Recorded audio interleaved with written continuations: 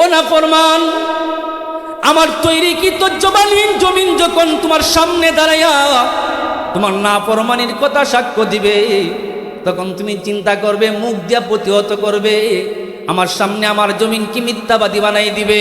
ও নাফরমান, না রে, না না না, তোর এই সুযোগ থাকবে না, বরং আমি আল্লাহ তোর মুখের উপরে মোহর মাইরা দিব, তোর মুখটার মধ্যে তালা মাইরা দিব, তোর মুখটার জবানটার আমি চুপ কইরা এমনভাবে বন্ধ করে দিব, জবানটাকে বন্ধ কইরা আমি আল্লাহ এবার তোর শরীরের মধ্যে গেসা তোর দুইটা চক্ষুকে আমি আল্লাহ জিজ্ঞাসা করব, ও চক্ষু তুমি বলো তো দেখি, তুমি যেই যার চক্ষু ছিলে সে আমি আল্লাহর নাফরমানি করছি কি করছে না? ও বান্দা, তোমার চোখের সামনে তোমার দুইটা চক্ষু জবান খুইলা যাবে, তারা দুইটা চক্ষু আমার সামনে সাক্ষ্য দিতে থাকবে, কোন অবস্থায়, কোন জায়গায়, কোন চিপার মধ্যে, কোন অন্ধকারের মধ্যে তুমি কোন নাফরমানি করছিলে। বান্দারে, তুমি মুখ দেওয়ার চেষ্টা করিয়া নাফরমানির সাক্ষীকে হটাই দেওয়ার মতন সুযোগ তোমার থাকবে না, বরং আমি আল্লাহ তোমার জবানটাকে বন্ধ কইরা চোখের মুখ খুইলা দিব। আমি আল্লাহর নাফরমানি করছো, ওই জমিনের জবান আমি আল্লাহ খুইলা দিব। তোমার সামনে আমার কাঠগড়া যখন তুমি দাঁড়ায় থাকবে, তোমার সামনে ওই জমিন আমি আল্লাহ তাআলার কাছে সাক্ষ্য দেওয়া শুরু করবে, আল্লাহ আর কিছু দরকার নাই, আমি জমিন তোমাকে সাক্ষ্য দিচ্ছি, এই নাফরমান আমি জমিনের উপরে দেইকা নাফরমানি করছি। এক নম্বর সাক্ষীটার কথা স্মরণ রাখবেন। আমরা তো আজকে নাফরমানি করি, হ্যাঁ, এই নাফরমানি কর অবস্থায় চিন্তা করি পরকালে যে খাইতে দেব, কিন্তু সাক্ষ্য দিবে আমার বিরুদ্ধে সর্বপ্রথম জমিন। এরপর আল্লাহ তাআলা বলেন, তুমি তখন জমিন সাক্ষ্য দিবে, তখন তুমি মুখ দিয়ে অস্বীকার করবে, না না না আমি কাজ করি নাই, জমিন মিথ্যা বলছে। তখন তো আল্লাহ তাআলা মুখকে মোহর মাইরা দিবেন। আল-ইয়াওমা নাখতিমু আলা আফওয়াহিহিম ওয়া তুকাল্লিমুনা আইদিহিম ওয়া তাশহাদু আরজুলুহুম বিমা কানু ইয়াকসিবুন। এই চক্ষু, এই চক্ষু আপনার আমার বিরুদ্ধে সাক্ষ্য দেবে। আল্লাহ তাআলা এই আয়াতের মধ্যে বলেন, শুধু চক্ষুই নয়,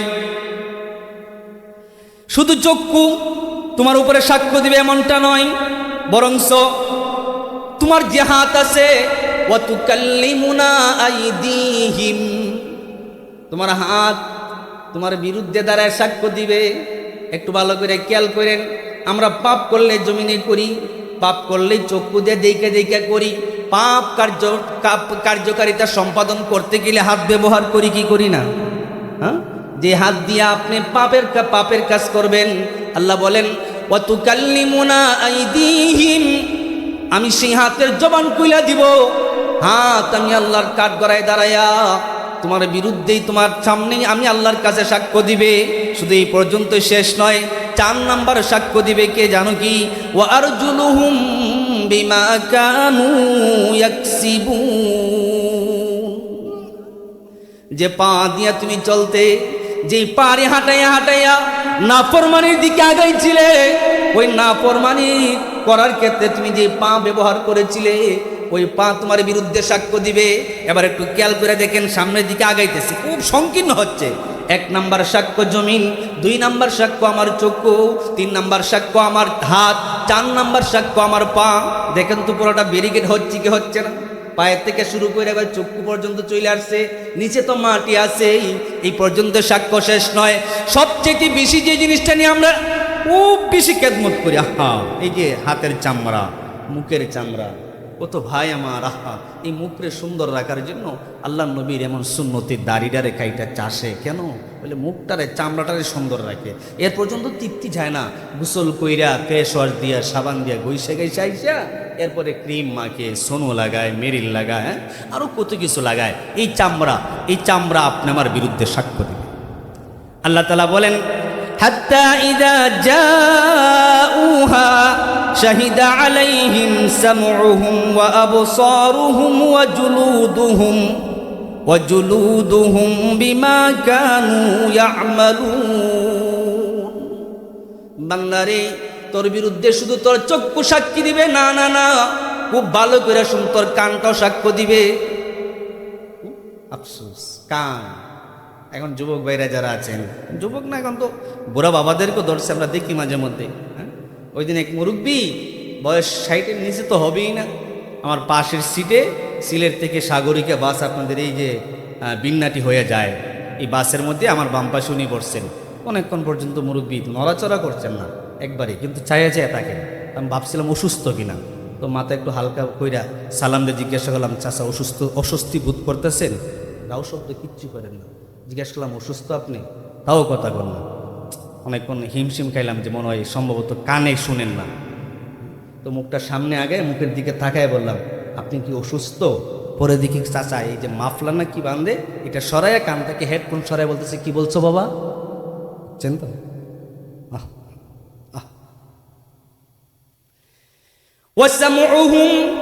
এই কান দ্বারা সাক্ষ্য দেওয়া শুরু করবে। পৃথিবীর কোনো মানুষ যদি নাফরমানি কান দিয়া করে, এই কান কিন্তু দ্বারায় সাক্ষ্য দিবে। এটা হেডফোন লাগাই যদি আপনি গান শুনেন, তাও কান সাক্ষ্য দিবে। হেডফোন না লাগাইয়া সাউন্ড বক্স বাজায় যদি শুনেন, তাও সাক্ষ্য দিবে। টেলিভিশনের গান শোনার জন্য চা স্টলের মধ্যে বৈশা, শীতের দিন চা খাইলেন আর সুন্দর করে টেলিভিশনের দিকে তাকাইলেন, ওই যে তাকাইছেন চক্ষু সাক্ষী দিবে, কান যে শ্রবণ করতেছে কানও সাক্ষ্য দিবে। আল্লাহ বলেন এই 5টা সাক্ষ্য শেষ নয়, ও জুলুদুহুম, তোমাদের চামড়া সাক্ষ্য দিবে। চামড়া যখন সাক্ষ্য দিবে তখন লোকটা আশ্চর্য হয়ে যাবে, সঙ্গে সঙ্গে চামড়ারে জিজ্ঞাসা করা শুরু করবে। খলাকাল ইনসানা ওয়া কাররাম وعلمه من البيان ما لم يعلم فسبحان الذي لا يحصى امتنانه باللسان ولا بالقلم ونشهد أن لا إله إلا الله وحده لا شريك له ونشهد أن سيدنا ومولانا محمدا عبده ورسوله أرسل إلى الناس كافة بشيرا ونذيرا وداعيا إلى الله بإذنه وسراجا منيرا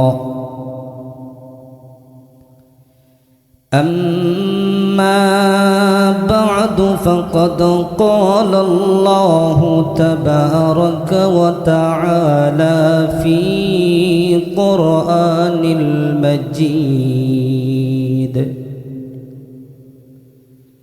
وفي فرقانه الحميد أعوذ بالله من الشيطان الرجيم بسم الله الرحمن الرحيم كيف تكفرون بالله وكنتم أمواتا فأحياكم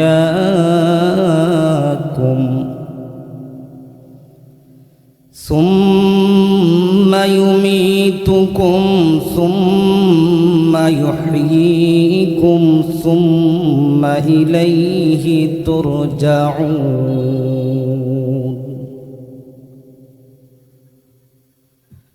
آمنت بالله صدق الله مولانا العظيم وصدق رسوله النبي الكريم ونحن على ذلك من الشاهدين والشاكرين والحمد لله رب العالمين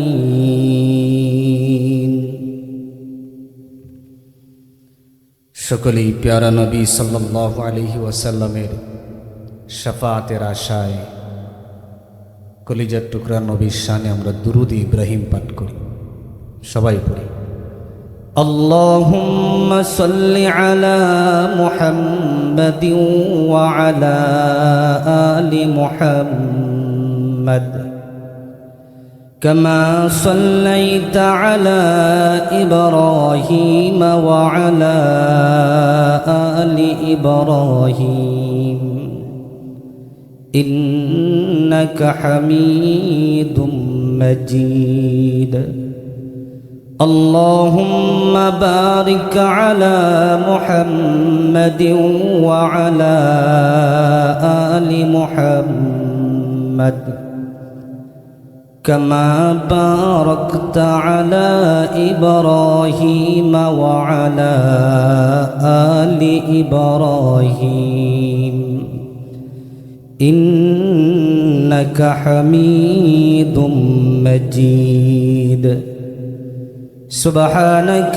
لا علم لنا إلا ما علمتنا إنك أنت العليم الحكيم أستغفر الله لي ولكم ولسائر المسلمين فاستغفروه إنه هو الغفور الرحيم الحمد لله আল্লাহ রব্বুল আলমিনের অসংখ্য অগণিত শুকুর যে মহান রব্বুল আলমিন আপনি আমাদেরকে অত্যন্ত দয়া ও মায়া করে দুনিয়াবি কাজ থেকে ফারেক করে রাস্তাঘাটে দোকানপাটে না রেখে আজকের আয়োজিত কোদালিয়া নানুরবাড়ি ফুরকানিয়া মাদ্রাসা ও যুব সমাজের উদ্যোগে চতুর্থ বার্ষিক ওয়াজ মাহফিল আল্লাহ তাআলা আপনি আমাদেরকে আসার বসার কোরআন ও হাদিস থেকে কিছু বলার এবং শোনার তৌফিক দান করেছেন। এই জন্য আমরা প্রত্যেকেই অন্তঃস্থল থেকে লফজে শুকুর কালিমাতুশ শুকুর আদায় করে উচ্চ আওয়াজে একসাথে সমস্বরে বলি আলহামদুলিল্লাহ। মুহতারাম হাজিরিন, আপনারা দীর্ঘ সময় যাবৎ অত্যন্ত গুরুত্বপূর্ণ আলোচনা ওলামা হজরতের জবান থেকে শুনেছেন। আজকের মাহফিলের যিনি মধ্যমণি হজরত মাওলানা সাইফুল্লাহ সাদি হাফিজাহুল্লাহ, তার জবান থেকে আপনারা অত্যন্ত গুরুত্বপূর্ণ আলোচনা শুনবেন। এই মুহূর্তে আমি আপনাদের সামনে আদিষ্ট হয়েছি আপনাদের কাছে এসে পবিত্র কালামুল্লাহ শরীফের সূরাতুল বাকারা 28 নম্বর আয়াত আপনাদেরকে আমি তেলাওয়াত করে শুনিয়েছি।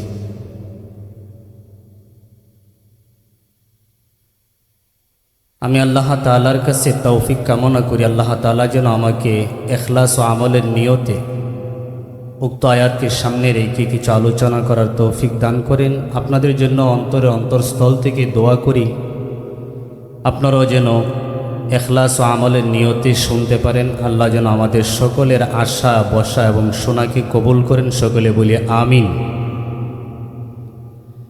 আমি আপনাদের সামনে যে আয়াতখানা তেলাওয়াত করেছি সে আয়াতের সার মর্ম হচ্ছে আল্লাহ তাআলা আমাদেরকে জানিয়ে দিতে চাচ্ছেন, হে আমার বান্দারা, তোমাদেরকে আমি যেই জায়গায় পাঠিয়েছি ওই জায়গায় তোমরা চিরস্থায়ী নও। তোমরা প্রত্যেকেই আমি আল্লাহ তাআলার কাছে আবার প্রত্যাবর্তন করতে হবে। আমি আপনাদেরকে জিজ্ঞাসা করি, এই দুনিয়ার জগতে আমরা আসছি, আমরা মৃত্যুবরণ করব, এটা আমরা প্রত্যেকেই বিশ্বাস করি। এই বিশ্বাস করি না এমন কেউ কি এখানে আছে? আপনাদের কষ্ট হয়? বয়স্ক বাবারা আছেন, যুবকদের সংখ্যা মাহফিলে খুব কম। এখানে তো রহমত, এমনি তো রহমতের বাগান, আবার যখন সাদা দাড়িওয়ালারা যখন একসাথে বসে তো আল্লাহ তাআলার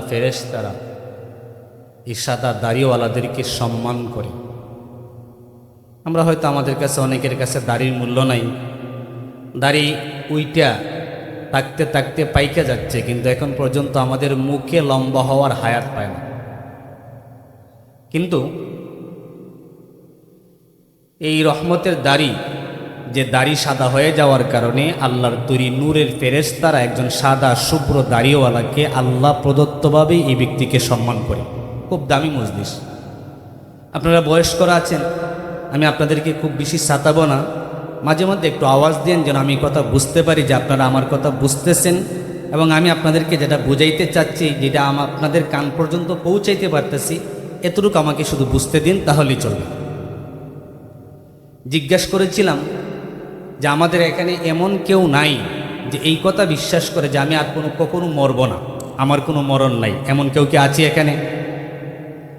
সবার বিশ্বাস একটাই যে আমাদের প্রত্যেককেই মৃত্যুবরণ করতেই হবে। এবার আল্লাহ আমাদেরকে জিজ্ঞাসা করতেছেন, এই কথা যে তোমরা বিশ্বাস করো মৃত্যুবরণ করতেই হবে, তাহলে কাইফা তাকফুরুনা বিল্লাহ, তাহলে কেন আল্লাহ তাআলার নাফরমানি করো? কাফারা ইয়াকফুরু এর অর্থ স্বাভাবিক অর্থ হচ্ছে আল ইনকার, অস্বীকার করা। আল্লাহ বলেন কাইফা তাকফুরুনা, এর মুরাদি অর্থ হচ্ছে তোমরা কে, কিভাবে, কোন কারণে, কেন আমি আল্লাহর নাফরমানি করব। আমি আয়াতটাকে লম্বা করব না, খুব সহজে বোঝানোর চেষ্টা করব। আল্লাহ তাআলার সাথে আমরা নাফরমানি করি, আবার তার কাছে গিয়ে ধরা দিব। যেহেতু আমরা প্রত্যেকেই স্বীকার করছি এই কথা যে আমাদেরকে অবশ্যই মৃত্যুবরণ করতে হবে, মৃত্যুবরণ করার পরে কি এই কথা আমরা কেউ বিশ্বাস করি বলে আমার যে দলের পরিচয় আছে এই দলের পরিচয় দিয়ে পার পাওয়া যাবে? কি বলেন? পার পাওয়া যাবে না। দলের পরিচয়, আপনি কোন দলের পরিচয় দিবেন? পৃথিবীতে এমন কোনো দল নাই যেই দলের পরিচয় দিলে কবরে গিয়ে পার পাওয়া যাবে। হা, একটা মাযহাবের দাপট আছে, যেই মাযহাবের পরিচয় আপনি না দিলেও ফেরেশতারা আপনার সামনে দাঁড়াইয়া জিজ্ঞাসা করবে অমান দিনুকা, তোমার ধর্ম কি ছিল, তুমি কোন মাযহাবের ছিলে, ওই মাযহাবের পরিচয় চলবে। এছাড়া পৃথিবীতে আর যত তন্ত্র মন্ত্রের যত পরিচয় আছে সমস্ত পরিচয় মিসমার হয়ে যাবে। আল্লাহ নবী সাল্লাল্লাহু আলাইহি ওয়াসাল্লামের কলিজার টুকরা মেয়ে হযরত ফাতেমা রাদিয়াল্লাহু তাআলা আনহা, তিনি বলেন, ওগো আব্বাজি, আমি যদি কবরে গিয়ে আপনার কথা বলি তখন কি আল্লাহ তাআলা আমাকে ছাড় দিবেন না? আল্লাহ নবী সাল্লাল্লাহু আলাইহি ওয়াসাল্লাম নিজের দুলান, নিজের কলিজার টুকরা মেয়ে ফাতেমাকে বলতেছেন, ও মা, ও ফাতেমা, কবরে গিয়ে আমি মুহাম্মদের পরিচয় দিলে তুমি কখনো পার পাবে না। তোমার আমলনামায় যদি নেক আমল থাকে, আমি মুহাম্মদের পরিচয় তোমার আমলনামায় দিয়ে দিব। সুতরাং সেখানে যাওয়ার পরে যেহেতু অন্য কোনো পরিচয় চলবেই না, তখন আল্লাহ জিজ্ঞাসা করেন, তো পুরোনা তারপরও কেন নাফরমানি করছো? তুমি মনে মনে চিন্তা করতেছো এটা যে দুনিয়াতে নাফরমানি কইরা আজকে একটা কইরা কালকে যদি কোনো রকম পেশ কাটাইয়া অস্বীকার করা যায় তাহলে শেষ, আর দরাছোয়ার ভিতরে নয় বাহিরে। কিন্তু পরকালে তো এই থিওরি চলবে না, কারণ আল্লাহ তাআলা বলেন পরকালে আমি তোমার শরীর থেকে তোমার সামনে 8 ধরনের সাক্ষী দাঁড় করাই দিব। এরা দাঁড়ায় বলবে তুমি কোন জায়গায়, কোন সময়ে, কোন অবস্থায়, কি তরিকায়, কি পদ্ধতিতে কি নাফরমানি করেছিলে। প্রত্যেকটা সাক্ষী আমি আল্লাহ, 8টা সাক্ষী, এক একটা নাফরমানির পিছনে আমি আল্লাহ 8টা সাক্ষী তোমার সামনে দাঁড় করাই দিব। আল্লাহ রাব্বুল আলামিন পবিত্র কালামুল্লাহ শরীফের এক আয়াতের মধ্যে বলছেন 8 সাক্ষীর প্রথম সাক্ষী হবে দুনিয়ার জমিন। দুনিয়ার জমিন আপনি আমার বিরুদ্ধে দাঁড়ায়া সাক্ষ্য দিবা আল্লাহর সামনে। আচ্ছা, এমন কে আছে আমরা যে দুনিয়ার জমিনে কোনো পাপ করি না, নাফরমানি করি কিন্তু দুনিয়ার জমিনে করি না? এমন কারো কোনো বাড়ি আছে কোথাও? সুতরাং পাপ করলে কোথায় হয়? আল্লাহর জমিনে হয়। আপনি কুদালিয়ায় করেন, আর কালোটিয়ায় করেন, আর এই নানুর বাড়ি এলাকাতে করেন, যেই জায়গায় করেন না কেন, প্রত্যেক জায়গায় জমিন আছে কিনা নাই, জমিন সাক্ষ্য দিবে। আল্লাহ কালামে পাকের মধ্যে বলেন ইয়াউমাইদিন তুহাদ্দিসু আখবারাহা বিআন্নাকা রাব্বাকা আওহা লাহা।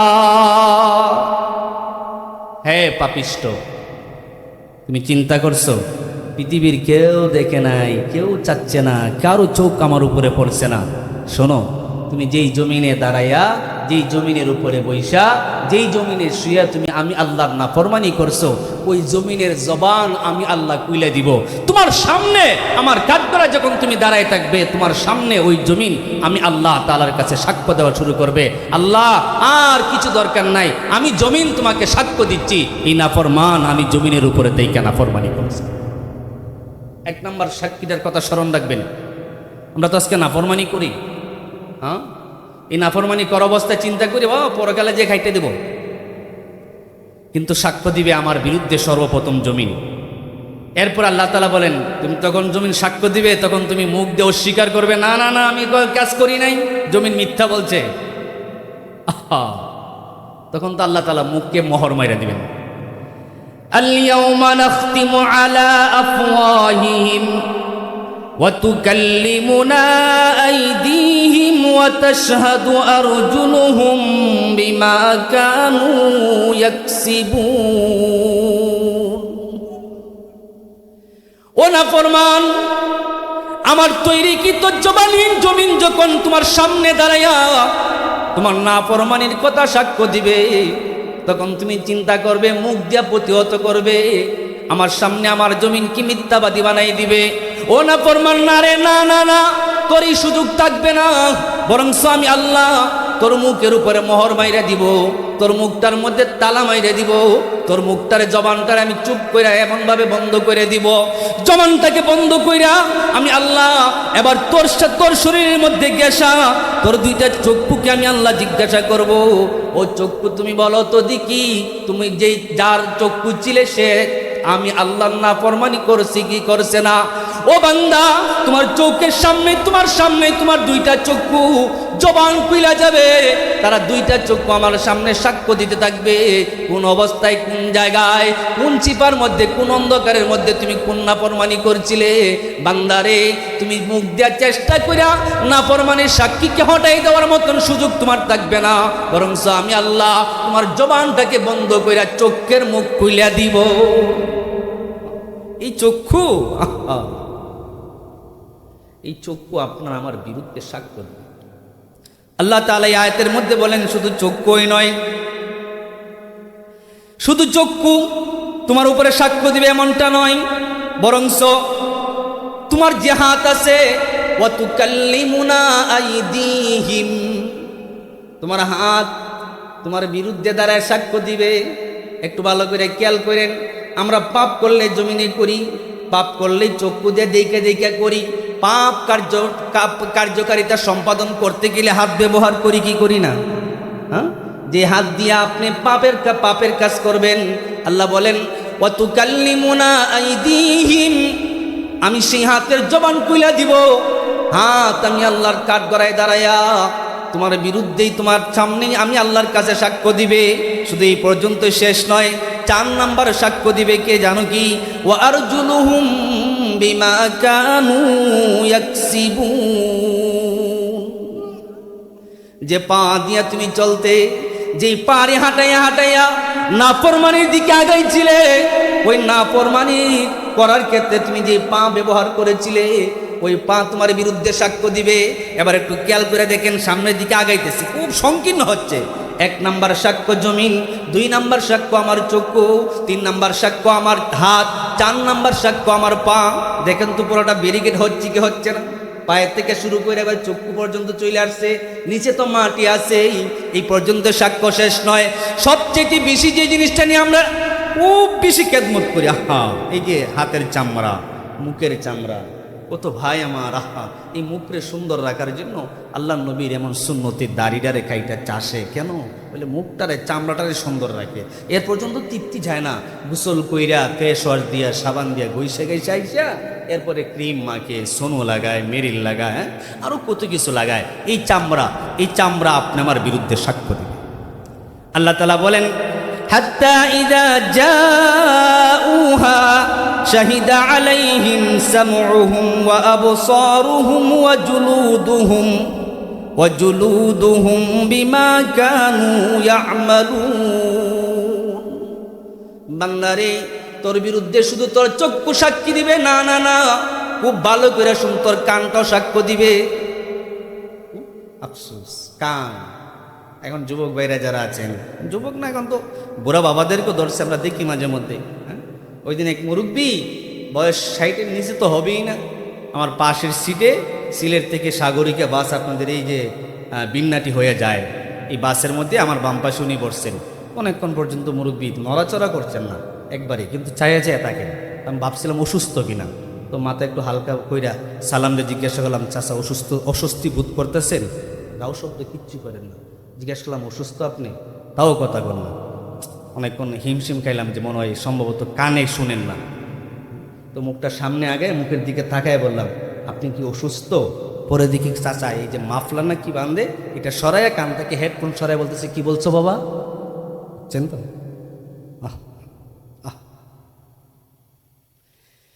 ওয়াসামউহুম, এই কান দ্বারা সাক্ষ্য দেওয়া শুরু করবে। পৃথিবীর কোনো মানুষ যদি নাফরমানি কান দিয়া করে, এই কান কিন্তু দ্বারা সাক্ষ্য দিবে। এটা হেডফোন লাগায় যদি আপনি গান শুনেন, তাও কান সাক্ষ্য দিবে। হেডফোন না লাগাইয়া সাউন্ড বক্স বাজায় যদি শুনেন, তাও সাক্ষ্য দিবে। টেলিভিশনের গান শোনার জন্য চা স্টলের মধ্যে বৈশা, শীতের দিন চা খাইলেন আর সুন্দর করে টেলিভিশনের দিকে তাকাইলেন, ওই যে তাকাইছেন চক্ষু সাক্ষী দিবে, কান যে শ্রবণ করতেছে কানও সাক্ষ্য দিবে। আল্লাহ বলেন এই 5টা সাক্ষ্য শেষ নয়, ও জুলুদুহুম, তোমাদের চামড়া সাক্ষ্য দিবে। চামড়া যখন সাক্ষ্য দিবে তখন লোকটা আশ্চর্য হয়ে যাবে, সঙ্গে সঙ্গে চামড়ারে জিজ্ঞাসা করা শুরু করবে। ওয়াকালু লিজুলুদিহিম লিমা শাহিদতুম আলাইনা, আশ্চর্য হয়ে যাইবে, জীবনে কোনোদিন চামড়া কথা বলে নাই। কি কোন আপনাদের চামড়া কথা বলছে? চাচারা কারো চামড়ায় কথা বলছে এমন ইতিহাস আছে আপনাদের? চামড়া কোনোদিন কথা বলে নাই। চামড়া তখন কথা বইলে বইলে সাক্ষ্য দিবে। এই না ফরমান জিজ্ঞাসা করবে, লিজুলুদিহিম লিমা শাহিদতুম আলাইনা, কেন তোমরা আমার বিরুদ্ধে সাক্ষ্য দিলে? কোন কারণে সাক্ষ্য দিলে? কোন কারণে সাক্ষ্য দিলে? ক্বালু আনতাকানাল্লাহুল্লাযী আনতাকা কুল্লা শাই। চামড়া আওয়াজ দিবে, ওরে নাফরমান, তুই যখন নাফরমানি করছিলে তখন আমার চামড়ার জবানটা বন্ধ ছিল, আজকে আল্লাহ তাআলা তোর জবানটা বন্ধ করে দিয়ে আমি চামড়ার জবানটা খুইলা দিছেন। তুই যেমন ভাবে দুনিয়ার থাকতে কথা বলতে, মানুষ যেভাবে দুনিয়ার থাকতে কথা বলতো, আল্লাহ তাআলা আজকে আমি চামড়াকে জবান খুইলা দিছেন। আমি চামড়া এই জন্য তোর বিরুদ্ধে কথা বলতেছি। আজকে চামড়া আমি চামড়া তোর বিরুদ্ধে সাক্ষ্য দিলাম, তুই আমারে দিয়া এই নাফরমানি করিয়েছিস। এই গেল 6 সাক্ষী। স্মরণ আছে তো আপনাদের? কষ্ট হইতেছে। 1 নম্বর সাক্ষী কি ছিল? সবাই কইতে রাজি না, জুড়ে বলেন একটু কষ্ট করে। 1 নাম্বার, আচ্ছা এই 7টা 8টা সাক্ষী যদি আপনি আছে মুখস্থ করে যাইতে পারেন, এরপর তো বড় বড় হুজুরা ওয়াজ করছেন, সাইফুল্লাহ সাদি ভাই উনিও বয়ান করবেন, ওনাদের কাছ থেকে আরও গুরুত্বপূর্ণ কথা শুনবেন। কিন্তু আমি যে আজকে আপনাদের সামনে বসে কিছু কথা বলছি, আমার এই কথা বলাটা সার্থক হবে। এই জন্য আমি চাচ্ছি আপনারা প্রত্যেকেই 8টা সাক্ষী নিয়ে বাড়িতে যান। 1 নম্বর সাক্ষী, সবাই কন্যা একটু কষ্ট করে বলেন। 1 নম্বর সাক্ষী, 2 নম্বর সাক্ষী চোখ, 2 নম্বর সাক্ষী, 3 নম্বর সাক্ষী, 4 নম্বর সাক্ষী, 5 নম্বর সাক্ষী, 6 নম্বর সাক্ষী চামড়া, 7 নম্বর সাক্ষী এই যে আমাদের 2টা খাদ আছে না, এই 2 কাজের লেখক ফেরেশতারা বসে রয়েছে। এই ফেরেশতারা আমরা কখন কি করি ওনারা লিখেন, একজনে গুনাহ লিখেন আর একজনে পাপ লিখেন।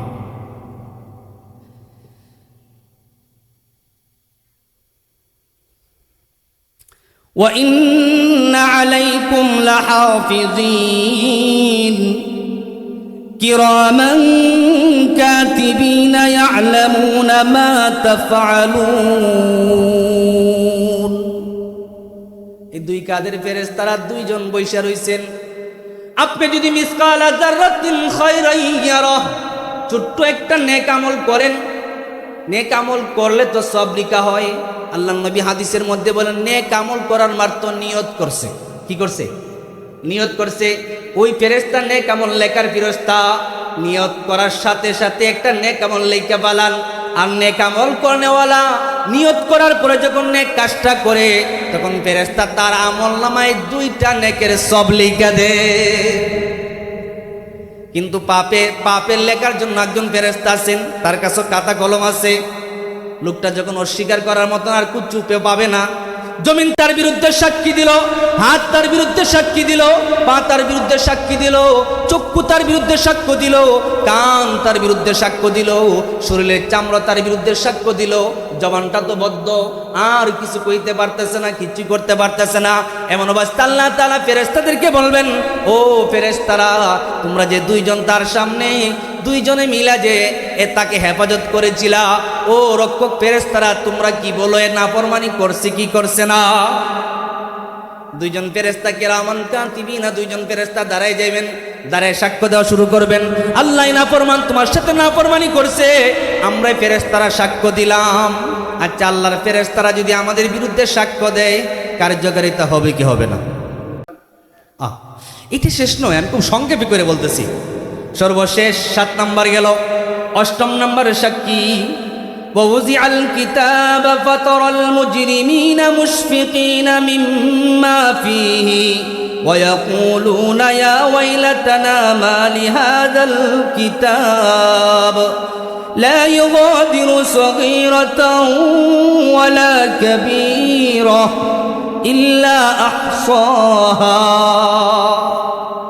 এরপর আল্লাহ ডাকবেন ফেরেশতাদেরকে, তোমরা তো সাক্ষ্য দিছো মুখে, হ্যাঁ কি কি লিখছিলা একটু আমার সামনে পেশ করো। ফেরেশতারা এবার পেশ করবে। কোন জায়গায়, কোথায় বৈশা বৈশা, কোন অবস্থায় সে নাফরমানি করছিল, দুনিয়ার কেউ দেখে নাই এমন জায়গায় গিয়ে নাফরমানি করছে, পৃথিবীর কেউ শুনে নাই এমন জায়গা থেকে নাফরমানি করছে, আল্লাহর আরেক বান্দার বিরুদ্ধে সে বিরুদ্ধ আচরণ করছে, শত্রুতামি করছে, কিন্তু যার বিরুদ্ধে শত্রুতামি করছে সেও জানে না, কিন্তু সব কিছু আমলনামার মধ্যে লেখা। লেখার পরে এবার আল্লাহ তাআলা ওই ব্যক্তিটার সামনে তার আমলনামা পেশ করবেন, তার হাতে তখনও দিবেন না, তার হাতটারে পিছন দিয়ে ভাঙবেন, ভাঙে সিনার নিচ দিয়া, খুব ভালো করে শুনুন, সিনার নিচ দিয়া পিছন দিয়ে হাতটারে ঢুকাইবেন, ঢুকায় সামনের দিকে আনবেন, আইনা তার সামনে তার আমলনামাটা দিবেন, দিয়া তাকে দেখাইবেন, ইকরা কিতাবাক, একটু পড়ো তো দেখি কি কি জীবনে কি করছিলা না করছিলা।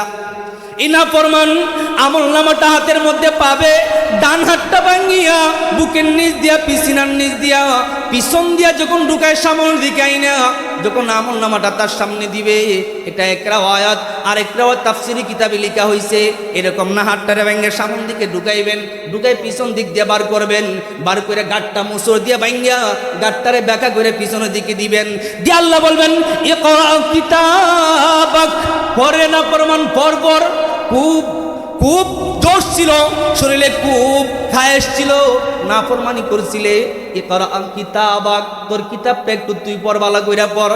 আফসোস করে বলতে থাকবে ইয়া লাইতানি মালি হাদাল কিতাব, তাকাই বিয়ার পড়বে আর চোখ দিয়ে পানি জড়াইতে থাকবে, আর বলতে থাকবে এটা আবার কেমন আশ্চর্যজনক আমলনামা, লা ইউগাদিরু সগীরাতাও ওয়ালা কাবীরা, ছোট্ট একটা আমলনামাও ছুটে নাই, ছোট্ট একটা কাজও ছুটে নাই, বড় কাজ তো ছুটেই নাই, সব কিছু তার মধ্যে আছে। আল্লাহ তাআলা সঙ্গে সঙ্গে ঘোষণা করবেন, ও নাফরমান, আমার সাথে নাফরমানি করছিলে, কাইফা তাকফুরুনা, কেমন করে নাফরমানি করলে, কেমন করে নাফরমানি করলে, এতগুলা নাফরমানি তুই আমি আল্লাহর সাথে করলে, তোর এইভাবে চাইরে দেওয়া যায় না, তোর জন্য অনেক কঠিন বিষয় রয়ে গেছে। আল্লাহ তাআলা সঙ্গে সঙ্গেই ফেরেশতাদেরকে বলবেন যে নাফরমানের বিরুদ্ধে 8টা সাক্ষ্য দাঁড়িয়ে গেছে, ওই নাফরমানরা এইভাবে চাইরে দেওয়া যাবে না। ফাখুযুহু ফাগুল্লু, ফাখুযুহু ফাগুল্লু, ওরে তোমরা ধরার মতন। কেমনে ধরবে জানেননি? তাফসীরি কিতাবের মধ্যে লেখা হয়েছে কেমনে ধরবে, খুব কঠিন ভাবে ধরবে। সুম্মাল জাহিমা সাল্লু, পরে শিকল লাগায় ধরবে। তাফসীরি কিতাবের মধ্যে লেখা হয়েছে ওই শিকল একটা দুইটা শিকল থাকবে না, 70টা শিকল লাগায় ধরবে। এক একটা শিকল তার নাক দিয়ে ঢুকাইবে, নাকে ছিদ্র দিয়ে শিকলটা ঢুকাইবে, পায়খানা রাস্তা দিয়ে শিকলটা বাইর করবে। বাইর কইরা সজুরে ফেরেশতারা টাইনা টাইনা জাহান্নামের দিকে নিবে। আর লোকটা তো চিৎকার করতে থাকবে। আল্লাহ বলবেন শেষ তারে শেষ না, যুগ ভালো করে আস্বাদন কর, কেমন মজা লাগতো তোর কাছে, খুব স্বাদ লাগতো, খুব স্বাদ লাগতো। সুম্মাল জাহিম সাল্লু সুম্মা ফি সিলসিলাতিন জারউহা 70 যিরাআ। 70টা শিকল লাগায় ধরবে। ধরার পরে শেষ নয়, জাহান্নামের দিকে টানতে থাকবে, টানতে থাকবে। হাত্তান্নার, একবার জাহান্নাম পর্যন্ত পৌঁছানোর আগ পর্যন্ত শিকল একটার পর একটা নাক দিয়ে ঢুকাইবার পিছনে রাস্তা দিয়ে বার করবে, এরপরে বাঁধবে। জাহান্নামে যাবেন, একটু চিন্তা করে দেখেন। এই ফাতাকফুরুনা, কেমন করে তোমরা আমি আল্লাহ তাআলার সাথে নাফরমানি করো। বান্দা, তোমার একটা আত্মবিশ্বাস জাগে যে আমি নাফরমানি করছি তো কি হইছে, শেষ বয়সে ভালো হয়ে যাবো না। আমাদের অনেকে চিন্তা থাকে না এটা। আচ্ছা, এখন তো যুবক মানুষ, বাবার সামনে পুত্রে দাওয়াত দিলে বাবাকে হুজুর লাপান মানুষ, হ্যাঁ সবে মাত্র যুবক, বুঝে না তো, ইনশাল্লাহ ইনশাল্লাহ বুঝে ফেলবে। হ্যাঁ, মৃত্যু কি কোনো বয়সের সাথে সীমাবদ্ধ? আপনারা রাগ করছেন? মৃত্যু কোনো বয়সের সাথে সীমাবদ্ধ? হ্যাঁ, নাফরমান ব্যক্তি যখন তার মৃত্যুর সময় চলে আসবে, রাসূল করিম সাল্লাল্লাহু আলাইহি ওয়াসাল্লাম বলেন, নাফরমান মৃত্যুর আগে যে নাফরমানি আল্লাহ তাআলার সাথে করে, ওই নাফরমান মৃত্যুর বরণ করার আগে ওয়াহুয়া ইয়ামুতু জুআ, অত্যন্ত ক্ষুধার্ত অবস্থায় মৃত্যুবরণ করবে। পেটে খুব বেশি ক্ষুধা। কত মানুষ দেখেন না, মারা যাওয়ার পরে ওয়ারিসা বর্ণনা করে, হুজুর 1 সপ্তাহ যাবত কিচ্ছু খায় না। 1 সপ্তাহ হয়ে গেছে কিচ্ছু খায় না। আল্লাহ নবী সাল্লাল্লাহু আলাইহি ওয়াসাল্লাম বলেন, নাফরমান যখন মৃত্যুর সময় চলে আসবে, ওয়াহুয়া ইয়ামুতু জুআ, এই নাফরমান মৃত্যুবরণ করবে অত্যন্ত ক্ষুধার্ত অবস্থায়। পেটের মধ্যে প্রচন্ড ক্ষুধা থাকবে, মুখটা নাইরা নাইরা হাত দিয়ে চোখ দিয়ে ইশারা সন্তানকে বলবে, বাবারে আমার মুখে একটু খাবার দে। সন্তান খাবার দিবে, কিন্তু খাবারটা খাইতে পারবে না, মুখ পর্যন্ত সীমাবদ্ধ থাকবে, ওইখানে আটকা থাকবে, 2 টুটের মাঝখান দিয়ে বের হয়ে যাবে। আল্লাহ নবী সাল্লাল্লাহু আলাইহি ওয়াসাল্লাম বলেন, নাফরমান যখন মৃত্যুবরণ করবে, ওহুয়া আতশানুন ওহুয়া ইয়ামুতু আতশানুন, নাফরমান মৃত্যুবরণ করা অবস্থায় যখন মৃত্যুবরণ করবে, অত্যন্ত তৃষ্ণার্ত অবস্থায় মৃত্যুবরণ করবে। শুধু এমন তৃষ্ণা হবে না, না না, সারাকা কলবাহ, তার অন্তরটা টাস করে পাইতে যাবে, কলিজাটা টাস করে পাইতে যাবে, কলিজা পাট অবস্থায় নাফরমান মৃত্যুবরণ করবে। এই পর্যন্ত শেষ নয়, শেষ নয়। অনেক মানুষ দেখা যায় পায়খানার থেকে পায়খানা রইয়া পায়খানা অবস্থায় মৃত্যুবরণ করে, এমন দৃশ্য দেখা যায়। আবার বিজ্জিত অবস্থায় মৃত্যুবরণ করে। কেমনে কেমনে? আল্লাহ নবী সাল্লাল্লাহু আলাইহি ওয়াসাল্লাম বলেন, যে নাফরমান দুনিয়ার থেকে নাফরমানি করছে, তাওবা করে নাই, আল্লাহ তাআলার কাছে তওবা কবুল হয় এমন তওবা করতে পারে নাই, এমন নাফরমান যখন মৃত্যুবরণ করবে, ওহুয়া ইয়ামুতু জালিলান, ওই নাফরমান মৃত্যুবরণ করার আগে বেজ্জিত হবে, লাঞ্ছিত হবে। সন্তান থাকবে ঠিকই, সন্তান খোঁজখবর নিবে না, ছেলেও থাকবে খোঁজখবর নিবে না, মেয়েও থাকবে খোঁজখবর নিবে না, স্ত্রীও থাকবে খোঁজখবর নিবে না। অত্যন্ত অপদস্থ অবস্থায় সে মৃত্যুবরণ করতে থাকবে। এই মৃত্যুবরণটা এমন হইতে পারে, একা একা মৃত্যুবরণ করবে, অত মৃত্যুবরণ করার আগে কেউ তারে বেজ্জিতি করবে, অত মৃত্যুবরণ করার সময় প্রস্রাব পায়খানায় পইরা পইরা মরবে, বেজ্জিতি হয়ে মৃত্যুবরণ করবে। আল্লাহ নবী বলেন, ওই লোকটার যখন মৃত্যুর সময় চলে আসবে, একদল ফেরেশতা জান্নাতের পোশাক পরিয়া, তাদের পোশাক থাকবে শুভ্র সাদা পোশাক থাকবে, এই সাদা পোশাক পরিহিত একটা দল ফেরেশতা ওই নাফরমানের কাছে আসবে, ওই নাফরমানের জান কবজ করার জন্য। যখন আইসা দেখবে কপালের মধ্যে সেজদার চাপ নাই, যখন আইসা দেখবে জিহ্বার মধ্যে জিকিরের কোনো চাপ নাই, যখন আইসা দেখবে দিলের ভিতরে একটা দিল আছে যে সবসময় তক তক তক তক আওয়াজ করে, অনেকের কলব জারি হয়ে যায়, ওই কলব থেকে দিল থেকে জিকির আসতে থাকে, ওই জান্নাতি ফেরেশতা জান কবজ করার জন্য, জানটাকে নেওয়ার জন্য যখন আসবে, আইসা দেখবে দিলের মধ্যে কোনো জিকির নাই, ওই ফেরেশতারা মুখটা বেজার করে চলে যাবে। আর জাইলের সাথে জাহান্নাম থেকে একদল ফেরেশতা আসবে। আল্লাহ নবী সাল্লাল্লাহু আলাইহি ওয়াসাল্লাম বলেন, ওই আগন্তুক ফেরেশতাদের কাছে একটা সালার বস্তা থাকবে, একটা ব্যাগ থাকবে, এরা এসে একের পর এক লাইন ধরে বসবে, একজনের পিছনে আর একজন বসবে। যে আজরাইল যে জান কবজ করবে, ওই ফেরেশতা সবার আগে থাকবে। আল্লাহ নবী সাল্লাল্লাহু আলাইহি ওয়াসাল্লাম বলেন ওই নাফরমানের কাছে ওই জান কবজ করনেওয়ালা ফেরেশতা আসার আগে তিনটা সূরত ধারণ করবে। এক নম্বর সূরত হচ্ছে তার চক্ষু দুইটা উয়ুনুন, দুইটা চক্ষু তার আনিন্নার, আগুনের মতন লাল হয়ে যাবে। এমনভাবে লাল হবে, এমনভাবে লাল হবে তার চক্ষুর দিকে তাকানো যাবে না, চক্ষুর দিকে তাকানো যাবে না। তার হাতের নখগুলি এত বেশি লম্বা হবে, নখ আঙ্গুলের চেয়ে নখ লম্বা হবে বেশি, নখের আগাটা কুরের চেয়ে বেশি আরো চুকা হবে, কুরের চেয়ে বেশি দাঁড় হবে, বেইটের চেয়ে আরো বেশি দাঁড় হবে। এমন দাঁড়ালো লোক নখ গুলা নিয়া দুইটা হাত সামনের দিকে বাড়াইবে।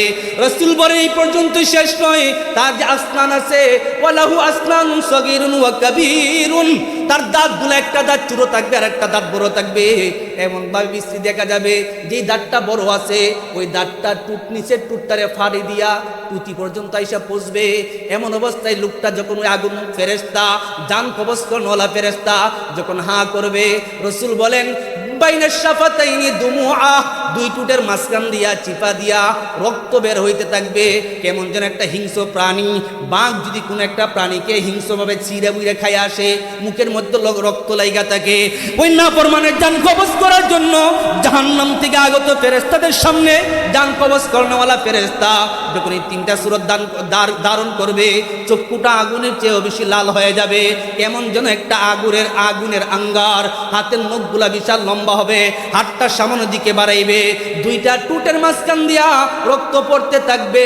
এক একটা দাঁত লম্বা হবে, আরেকটা দাঁত কাটো হবে, দেখতে অত্যন্ত ভয়ঙ্কর মনে হবে।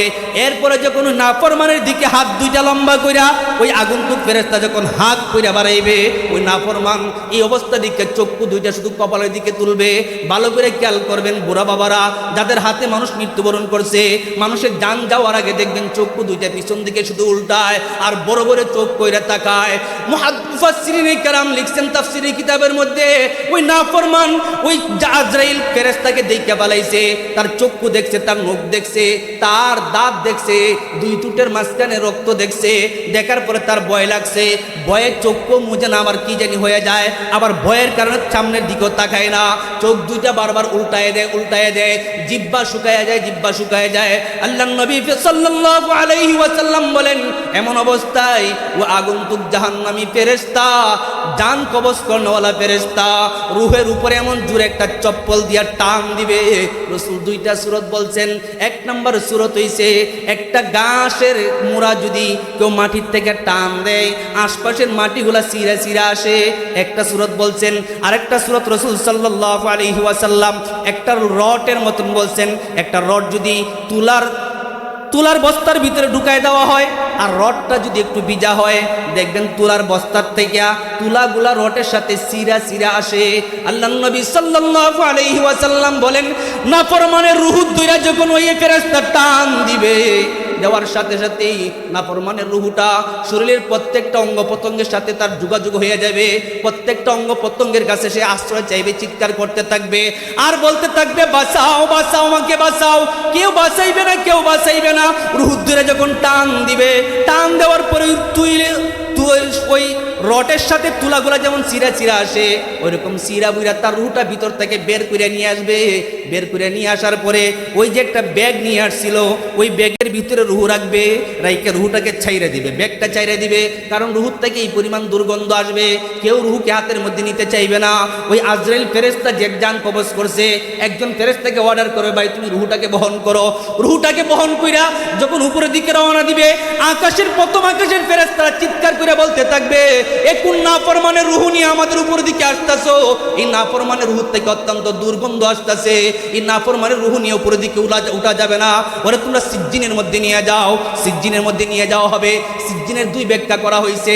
সিজ্জিন শব্দের শাব্দিক অর্থ এমনি শিকল, ওই জাহান্নামের অতল গুহাতে সিজ্জিন বলা হয়। ওই রুহুটাকে নিয়ে জাহান্নামের অতল গুহাতে চলে যাওয়া হবে, যে ওইখানে একটা শিকল বাঁধবে, শিকল বাইটা তারা আবার ছাইরা দিবে। এই রুহুটা আবার ওই যে মৃত ব্যক্তি যার রুহ থেকে বের হয়েছে, শরীর থেকে বের হয়েছে, ওই শরীরের কাছের মধ্যে আসবে।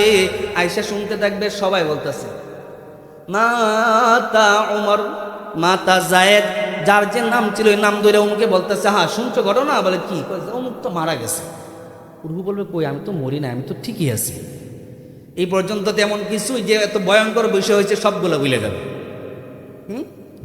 বলবেন না না না, আমি মরি নাই।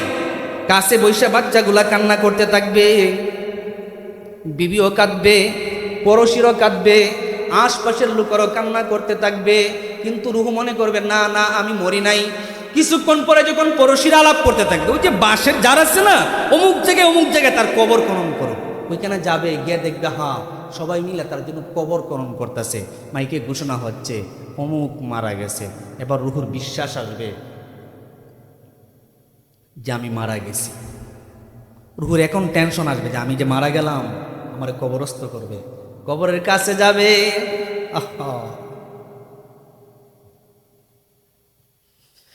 কবরের কাছে যাওয়ার সাথে সাথে রুহুর চক্ষু দিয়া রুহু দেখতে পাইবে যে কেন মাটি খনন করতেছে, মার তল্প কিছু নিচেই কিছু সাপ এই রুহুর নাম ধরে ধরে ডাকতেছে। বিচ্ছু বৈশা থাকবে, বিচ্ছুই নাফরমানের নাম ধরে ডাকা শুরু করবে। দৌড়ায় বাড়ির মধ্যে আসবে, আইসে ছেলের পায়ে ধরে বলবে বাবারে তোরে আমি কোনোদিন একটা ঘরের মধ্যে রেখে আলাদা কোনোদিন শুই নাই। ও সন্তান, তুই আমার এত প্রিয় সন্তান ছিলে, এত কাছের সন্তান ছিলে, তোরে ঘরের বাহিরে রেখে আমি কোনোদিন শুই নাই। তুই ঘরের বাহিরে থাকলে আমি বারবার দরওয়াজার মধ্যে যাইতাম, আমার ছেলেটা কেন আসে না কেন আসে না। সন্তান রে, ছোটবেলায় যখন তুই ঘুমায় থাকতে তোরে তোর মা মশারি টানাই দিত, কিছুক্ষণ পর আমি আবার টর্চ লাইট মাইরা মশারির ভিতরে দেখতাম মশা তোরে খামড় দেয় কি দেয় না। ও সন্তান, আমি তোর বাবা হয়ে তোর দুইটা পায়ের মধ্যে দইরা বলতেছি রে বাবা, যেই জায়গার মধ্যে আমার কবর খনন করা হচ্ছে ওই কবরের চতুর্পাশে অনেকগুলা সাপ আমার নাম দইরা দইরা ডাকতেছে, অনেকগুলি বিচ্ছু আমার নাম দইরা দইরা ডাকতেছে। ও সন্তান, তোমরা আমার ওই কবরের মধ্যে দাফন করিও না, ওই কবরের মধ্যে তোমরা আমারে দিয়া দিও না, আমার এই কবরের মধ্যে দিও না, অন্য জায়গায় আমাকে স্থানান্তর করো। কিন্তু সন্তান তো আর রুহুর কথা শুনবে না। কবর খনন করা হয়ে যাবে, মানুষ যখন তার জানাজা দিবে, জানাজা দেওয়ার পরে কাটিয়ারের মধ্যে যখন উঠাইবে, উঠানোর পর যখন লাশটা শোয়াইবে, লাশটা শোয়া যখন চারটা হাতলের মধ্যে দইরা কাদের মধ্যে নিয়ে যখন কবরের দিকে রওনা দিবে, যারা কাদের মধ্যে ওই কাটিয়ারা উঠাইবে এদের পায়ের মধ্যে দইরা দইরা রুহুটা আত্মচিৎকার করে বলবে বাইরে বাপরে সন্তান রে, আমি তো তোদের এমন কোনো শত্রুতা আমি করি নাই, ইচ্ছা করে তোরা যাই না বুঝছে কেন আমার সাপের ঘরে দিতেছিস। কানতে থাকবে আর বলতে থাকবে, কিন্তু যারা কাটিয়া বহন করবে তারা তো কেউ জানবে না, কেউ বুঝবে না, কেউ তো তার কথা শুনবে না।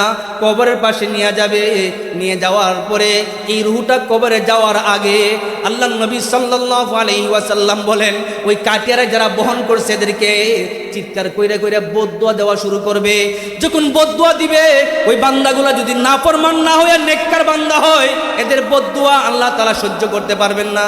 আল্লাহ ফেরেশতাদেরকে বলবেন ওরে কুকুরের সুরত বানায় লাশের উপরে বসাও, বসায় নাফরমানের রুহুর উপরে জাহান্নামের মতন কিছু উত্তপ্ত গরম পানি তার উপরে ঢাইলা দাও। ডালতে দেরি হইবে, ওই কুকুরের আকৃতির রুহুটার সারা শরীরের গোশতগুলা পুইরা যেতে দেরি হবে না, কঙ্কালের মতন লাশের উপরে বইসা থাকবে। যখন কবরের পাশে নিয়ে যাইবে, কবরের পাশে নিয়ে যাওয়ার পরে আমরা বলি কি আপনজন যারা আছেন তারা কবরে নামেন। এবার আপনজনরা যখন লাশ হাতের মধ্যে নিছে, নেওয়ার পরে তারা কবরের মধ্যে রাখছে, আশপাশের মানুষগুলো এতক্ষণ পর্যন্ত কবরের দিকে তাকায় ছিল।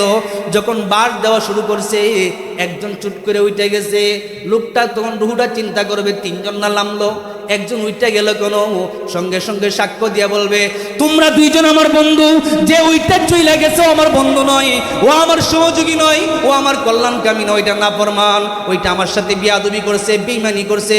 তোমরা দুইজন রইছো, তোমরা দুইজন আমারে চাইরা আর উইটা যাইও না। এই দুইজন যখন থাকবে, কিছুক্ষণ পরে যখন আবার বাঁশ দিতে দিতে কবরে এক পাশে চইলা যাবে, আরেকজন উইটা যাবে, রুহুটা যে একক থাকবে তারে বলবে ও ভাই তুমি আমার রাইকে উইটা যাইও না।